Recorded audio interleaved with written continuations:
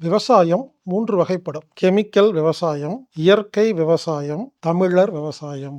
Chemical விவசாயத்தை பத்தி உங்களுக்கே தெரியும். சமீபமாக இயற்கை விவசாயத்தை பத்தி நிறைய பேர் பேசிட்டு இருக்காங்க. ஆனா அதையும் தாண்டி தமிழர் விவசாயம்னு ஒண்ணு இருக்குதுங்க.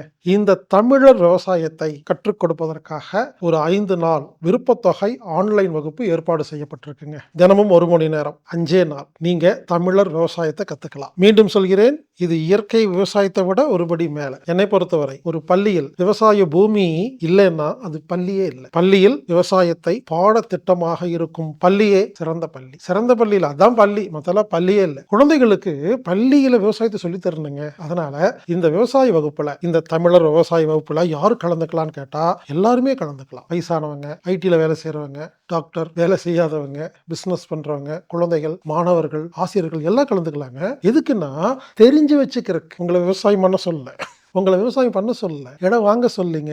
இது ஒரு அறிவியல், சயின்ஸ், பேசிக் சயின்ஸ், எசென்சியல். இந்த வகுப்பு ஏப்ரல் 28ஆம் தேதி முதல் மே 2ஆம் தேதி வரை ஆன்லைன் மூலம் நடைபெறுகிறது.